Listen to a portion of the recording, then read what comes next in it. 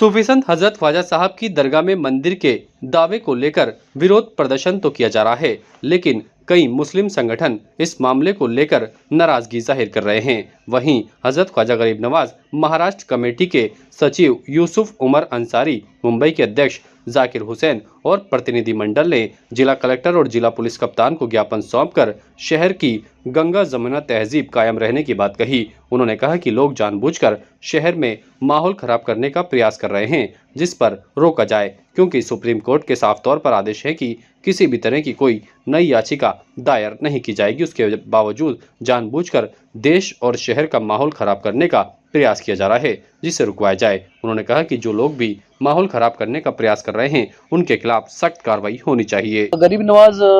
Education गरीब Nawaz welfare foundation की तरफ से हम मुंबई से आए हुए हैं।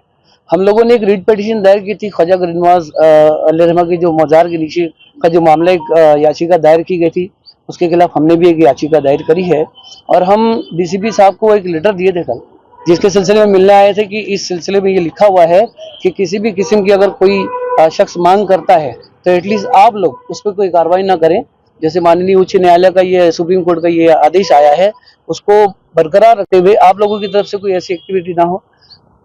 का कोई और आकर आपको जो है इस सिलसिले में बात ना करे, क्योंकि इससे शहर का माहौल खराब हो सकता है। हम चाहते हैं कि संविधान के दायरे में गरीब नवाज एजुकेशन फाउंडेशन जो है वो चाहती है कि शहर का वातावरण और देश का वातावरण बिल्कुल बना रहे, भाईचारा बना रहे और कोई मामला खराब ना हो। तो हम लोग इसी सिलसिले में कलेक्टर साहब से और एसीपी साहब से मुलाकात करने के लिए आए थे यहाँ पर। हमारे यहाँ पर अजमेर आने का मकसद ये है कि एक क्रिमिनल शख्स जिसके खिलाफ हिंदुस्तान और ख़ास करके दिल्ली के मुख्तलिफ जगहों पर 17 केसेस चल रहे हैं, ऐसा शख्स अजमेर आकर अजमेर की और शहर की देश की अमन सलाब करने के लिए सरकार गरीब नवाज रहमतुल्लाहि ताला अलैह के दरबार मुअल्ला के मुतालिक कुछ गलत अफवाहें और कुछ गलत बातों को पेश करते हुए सर्वे का एक याचिका दाखिल करता है और माननीय अदालत जो अजमेर की है ये उसकी अर्जी को, उसकी याचिका को कबूल करती है। सबसे पहले तो हमारा कहना ये है कि अदालत ने भी